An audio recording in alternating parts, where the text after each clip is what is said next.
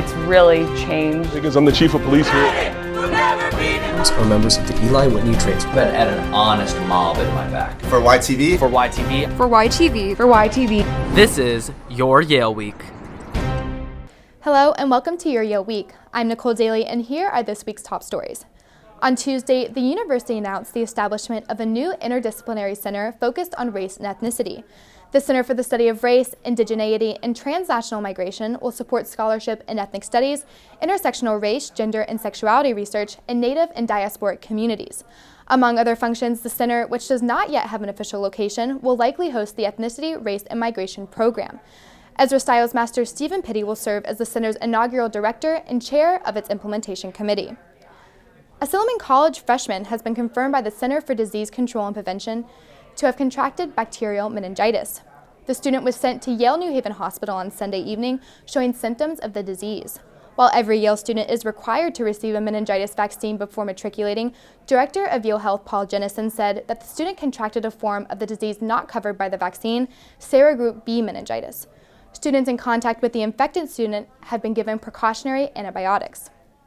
Jennison said that the student is expected to make a full recovery. Lastly, our top story of the week concerns sexual misconduct at Yale. Released on Monday, the latest semi-annual Title IX report from the latter half of 2015 said the university received 78 complaints of sexual misconduct, an all-time high since Yale began publishing records of its complaints in 2011. For more on the story, we'll sit down with reporter Monica Wang later in the show. But first, for a brief look at next week, Claire Liu. Thanks, Nicole. Cheer on the Bulldogs this weekend, starting with women's basketball at 7 as they face Princeton and Payne Whitney.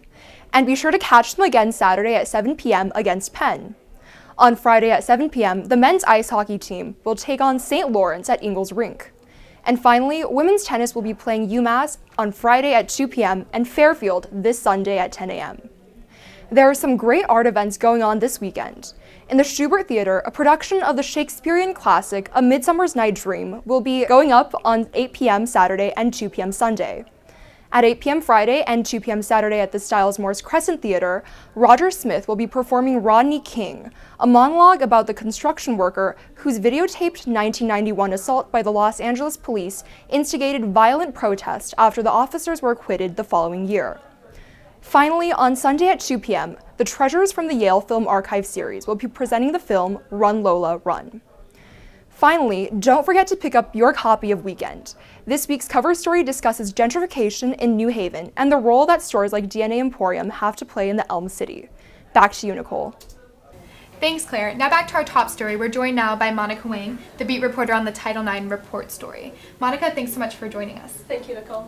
So what is the significance of the 78 complaints, and can you describe the breakdown according to the different categories released in the report? Of course.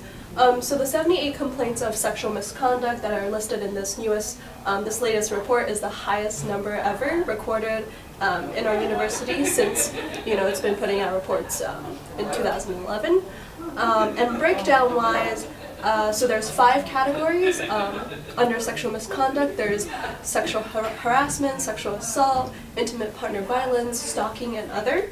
And of those 5 categories, sexual harassment is the highest with 38 cases, and sexual assault is second highest with 26. And this is particularly significant because compared to the first half of 2015, where we had 56 complaints in total, there were only 13 of those were sexual assault. So the number of sexual assaults have doubled in this time.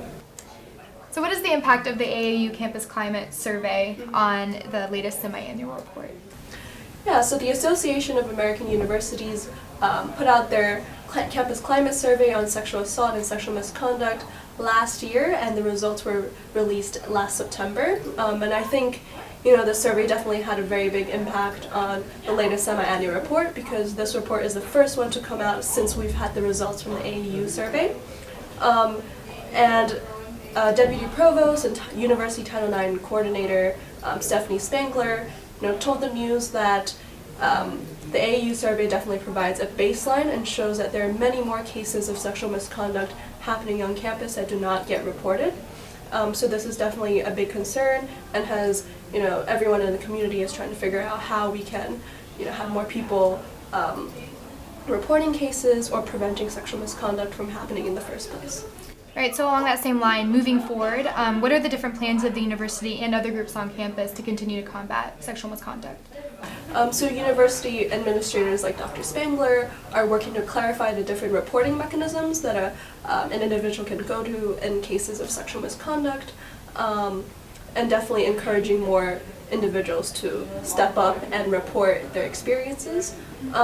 But more informally among the different student organizations and other organizations on campus, for example, Associate Dean Melanie Boyd and the communication consent educators working under her have included bystander intervention training for sophomores. I think a major theme is prevention techniques, how we can prevent sexual misconduct from happening in the first place. So the Women's Center is working on that, university is working on that, and in general people have been having a lot of conversations about the AAU survey results, and I'm sure this latest report as well. Okay, well, thank you so much, Monica. We really appreciate it. And thank you for watching. And from everyone at YTV, have a great weekend.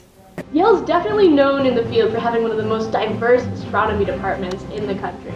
How does that compare to your previous experience? When I first was interviewing for my position at my PhD institute, Laval, Quebec City, I actually